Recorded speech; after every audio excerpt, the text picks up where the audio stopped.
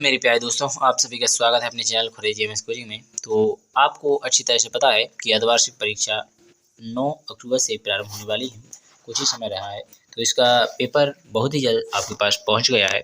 तो पहला पेपर 9 अक्टूबर का जो हिंदी का कक्षा 8 का जो आना है सेट ए, वो आपके लिए प्रोवाइड किया गया है। अगर आपका सेट बी आ जाए तो उसमें हमारी गलती नहीं होगी, इसलिए सेट ए बी सी सब भी आपको प्रोवाइड किए जाएंगे, इसलिए सभी देख लीजिए, ठीक है। तो ये जानकारी बताना आवश्यक नहीं समझता मैं कि यहाँ पर विद्यार्थी का नाम, यहाँ पर अनुक्रमांक, पिता का नाम, शाला का नाम, ब्लॉक का नाम, जिला का नाम आपको भरवाना पड़े। आप अच्छी अपने हिसाब से भर लीजिएगा। तो चलिए बिना टाइम खराब कि मैं आपको आंसर प्रोवाइड कर दूंगा, तो आप अपने हिसाब से समझ लीजिएगा। यहाँ से वर्कशीट प्रारंभ करेंगे तो वस्तुनिष्ठ प्रश्न पहला आपसे पूछा गया है, नव विभक्त को पंक्ति के अलंकार हैं। तो यहाँ पर अनुप्रास अलंकार इसका राइट आंसर हो जाएगा। इसके बाद क्वेश्चन नंबर आपका 1 के बाद आता है 2, वर्दे कविता के रचयिता हैं। तो यहाँ पर सूर्यकांत त्रिपाठी निराला इसका राइट आंसर हो जाएगा। इसके बाद क्वेश्चन नंबर आप 3 देखेंगे, विहत बंद का आशय है। तो पशुओं का समूह। इसके बाद नेक्स्ट क्वेश्चन आपसे पूछा जाएगा, तानसेन के गुरु थे। तो यहाँ पर स्वामी हरिदास तानसेन के गुरु थे। इसके बाद आता है क्वेश्चन नंबर 5, तो इसे भी देखेंगे आप। अपराजिता शब्द में उपसर्ग है। तो आपको बताया था मैंने, उपसर्ग आगे होता है तो आ इसका राइट आंसर हो जाएगा। इसके बाद विकलांगता शब्द में प्रत्यय है, प्रत्यय पीछे होता है तो ता हो जाएगा। आशा करेंगे आपको यह समझ में आ रहे होंगे थोड़ा बहुत, अगर नहीं आ रहा है तो कुछ पूछते चलें। तो इसके बाद क्वेश्चन नंबर 6 के बाद आता है क्वेश्चन नंबर 7।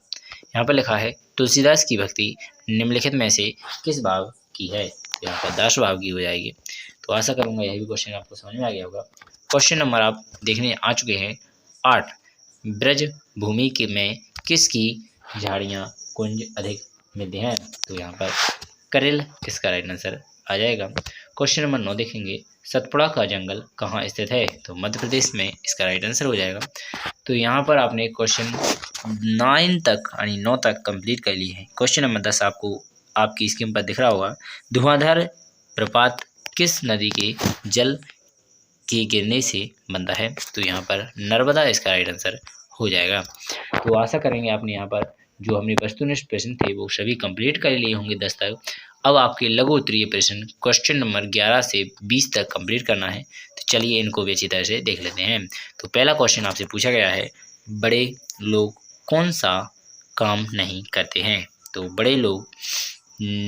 बड़े लोगों को नई चीज़ें सीखना पसंद नहीं होता है। इस प्रकार आप समझ सकते हैं। इसके बाद रहेगा क्वेश्चन नंबर 12, कोई व्यक्ति कब पूछता है पछताता है, यानी कोई व्यक्ति है वो कब पछताता है। तो इसका आंसर हो जाएगा, जब आदमी बिना सोचे विचारे काम करता है तब वह पछताता है। तो इस प्रकार आप कंप्लीट इसे देख सकते हैं 12वें क्वेश्चन को। इसके बाद रहेगा क्वेश्चन नंबर आपका 13। तो 13वें क्वेश्चन में आपसे पूछा जाएगा, कवि ने गौरैया की आंखों की तुलना किससे की है। तो यहाँ पर इसका राइट आंसर हो जाएगा, गौरैया की आंखों की तुलना नीलम से की गई है। इस प्रकार आप इसे भी देख लेंगे। इसके बाद क्वेश्चन नंबर आपका 14 आ जाएगा, हमारे यहाँ राष्ट्रीय पर्व कौन कौन से हैं। तो यहाँ पर राष्ट्रीय पर्व आपके कौन कौन से हैं। तो यहाँ पर स्वतंत्रता दिवस, गणतंत्र दिवस और गांधी जयंती उत्सव। इस प्रकार आप तीनों को लिख सकते हैं, और भी हैं परंतु 3 आप लिख सकते हैं। और 14 के बाद क्वेश्चन नंबर आता है 15वां, महारानी अहिल्याबाई को लोक माता क्यों कहा जाता है। अहिल्याबाई के शासन में संपूर्ण प्रजा सुख और शांति से तथा समृद्धि से भरपूर थी, इसलिए लोग उन्हें लोक माता कहते थे। इस प्रकार आप समझ सकते हैं। इसके बाद अगला क्वेश्चन आपका 15वें के बाद आता है 16वां, हमारे जीवन में पर्यावरण का क्या महत्व है। तो यहाँ पर आपको पर्यावरण का महत्व बताना है अपने जीवन में। तो थोड़ा दिख नहीं रहा, ऊपर आप लिख लीजिए, क्वेश्चन यहाँ से आंसर प्रारंभ है तो इसे आप देख ही लेंगे। हमारा पर्यावरण प्रकृति का सबसे कीमती और महत्वपूर्ण उपहार है, जिसे अत्यंत सावधानी से संभालने की जरूरत है। यह प्राकृतिक पारिस्थितिक तंत्र है, यहाँ पर जीवित रहने के लिए एक दूसरे पर निर्भर रहते हैं। पर्यावरण को भौतिक एवं जैविक घटकों में विभाजित किया गया है। वायुमंडलीय, स्थलमंडलीय, जलमंडलीय भौतिक श्रेणी का गठन करते हैं और जैविक क्षेत्रीय श्रेणी में मनुष्य और अन्य जीवित प्राणी शामिल है। सरल शब्दों में पर्यावरण को भी जैविक एवं अजैविक घटकों के संयोजन और अंतर संबंधित के रूप में परिभाषित किया गया है। हमारे पर्यावरण के पारिस्थितिकी तंत्र को एक उचित संतुलन में बनाए रखने की आवश्यकता है और यदि इसको कोई हिस्सा गड़बड़ा जाता है तो पूरा पारिस्थितिकी तंत्र प्रभावित होता है। तो इस प्रकार आपने क्वेश्चन नंबर 16 कंप्लीट कर लिया है। चलिए आगे देखेंगे क्वेश्चन नंबर 17। हमें जीवों के प्रति किस तरह की भावना रखनी चाहिए? हमें जीवों के प्रति मित्रता व दया की भावना रखनी चाहिए। तो आशा करेंगे आपको समझ में आ गया होगा। 18वां क्वेश्चन देखेंगे आप। भारत का हृदय प्रदेश के नाम से कौन सा प्रदेश जाना जाता है? भारत का हृदय प्रदेश से कौन सा मध्य प्रदेश जाना जाता है? भारत का हृदय मध्य प्रदेश देश का सबसे बड़ा राज्य है। यह राज्य अपनी संस्कृति,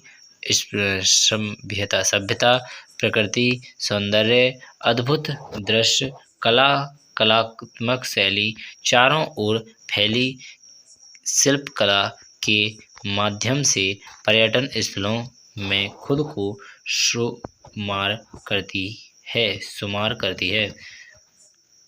तो आशा करेंगे आपको यह क्वेश्चन समझ में आ गया होगा। 18वां। इसके बाद देखते हैं 19वां क्वेश्चन। होलकर वंश की प्रसिद्ध रानी का नाम? होलकर लिखना था, कोलकर लिख दिया है। होलकर वंश की प्रसिद्ध रानी का नाम लिखिए। तो अहिल्याबाई होलकर इसका राइट आंसर हो जाएगा। इसके बाद अगला क्वेश्चन आएगा 20वां। रस क्या है?